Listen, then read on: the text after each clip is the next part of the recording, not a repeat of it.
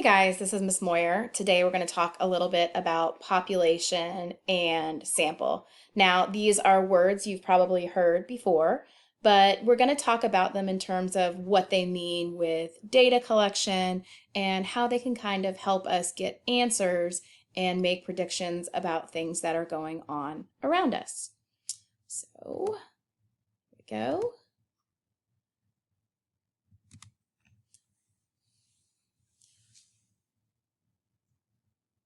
How do you predict the winner of an election before the election takes place? So often we'd like to know information before it's available or when it would be difficult or time consuming to collect the information. So for example, making predictions about how someone might win an election before it would happen.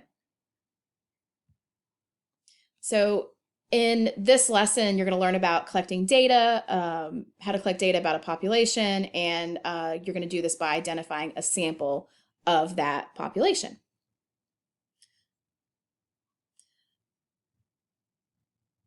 Statistical questions are used to gather data about a population. For example, how many texts do middle school students send in one day? So we use this data to make predictions about the entire population. So we have kind of a big question. We want to know how many texts there are. So we're going to have to kind of take a sample because it's not going to be realistic for us to ask every single middle schooler in the entire school or every single middle schooler in Georgia. So we're just going to take a sample and we're going to use that to figure out how that applies to the population as a whole.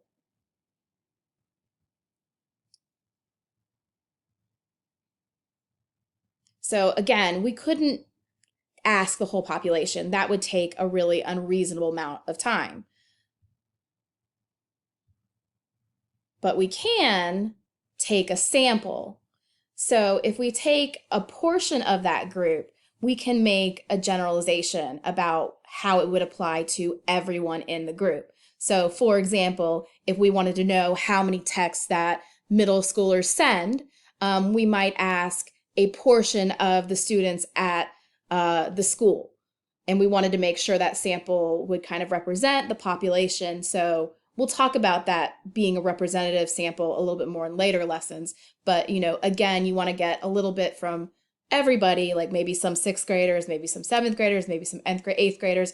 And that way it's going to give you kind of a reflection of what's happening with that whole population.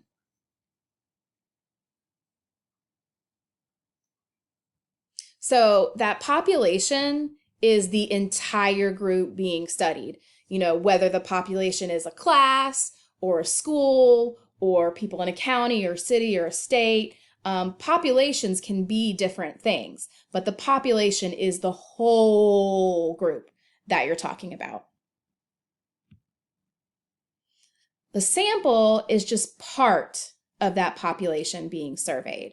So here's a picture again that all the blue would be that population and the green, you notice that you're getting some. It kind of represents that whole group, but it's not everyone. And going back to what we said earlier, you want to take that sample because it's going to be a more reasonable way to get that information. Nobody has time to ask every single person in the population a question to get that information. So we get a piece of that data and we use it to make inferences about the whole.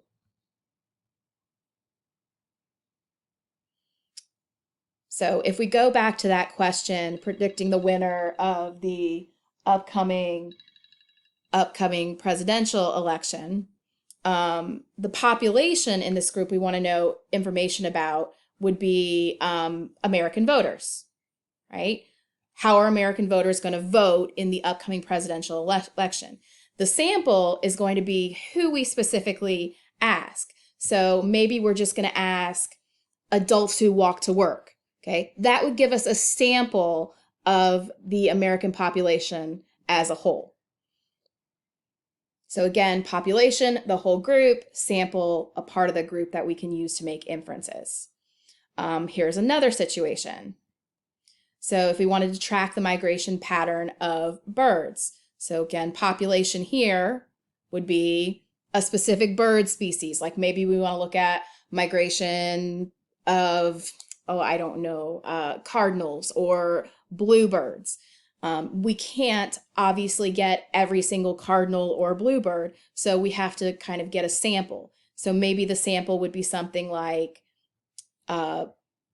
tagged birds. Now, for those of you who aren't familiar with ornithology or birds, tagged birds are birds that have been previously caught and have had data taken on them. And usually what that means is in some sort of safe way they're caught, and the person who catches the bird takes the data about, size, weight, that sort of thing, and then they'll put like a little cuff, like a little tag kind of around their foot. So if we wanted to look at migration patterns for cardinals, we could go and to whatever database we'd find this in and pull a sample of the cardinals that have been tagged and use that sample to make some inferences about the population.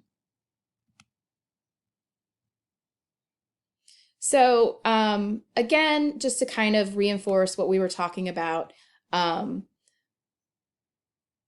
this lesson, you've learned how to collect data about a population by identifying a sample of that population. So here's a little bit of practice. Let's try this. So our situation here, we want you to try and identify the population and sample in the following survey. To gauge students' preference for a new school mascot, the student council president surveys her soccer team. So I would say take a minute, pause the video, and see if you can figure out what is the population, what is that whole group that we're trying to get information about, and what is the sample. So I'll give you a moment to pause that.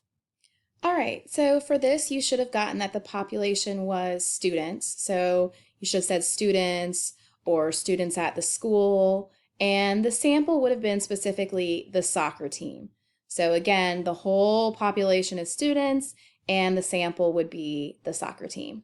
Now, this next slide says extension activities, and I want to explain them a little bit because I am going to actually post these up on the website for you to answer independently, and this will be some good practice to see if you actually understood population and sample. So I'm going to click it so that it loads a little bit faster. So you will be answering these again, and I will put something up on the blog for you to do that. So answer the following questions. 1, you're buying ice cream for a party at your school in which 700 students will attend. How would you use sampling to make a generalization about students' preferred ice cream flavors? So again, here you would probably say something about what the population and sample is. Obviously, you can't ask 700 students what choice they want. So you would want to say something about who you're going to ask, how many you're going to ask, and how that would give you an idea of what to buy. Okay. So again, 2, why not survey all 700 students? And 3 is describing the sample you would survey and explain why you chose that sample. So again, for 1, how would you use sampling to make a generalization? 2, why aren't you surveying everyone? And 3, describe the sample you would survey and explain why you chose that sample. So that would be the first 3 questions you're going to answer.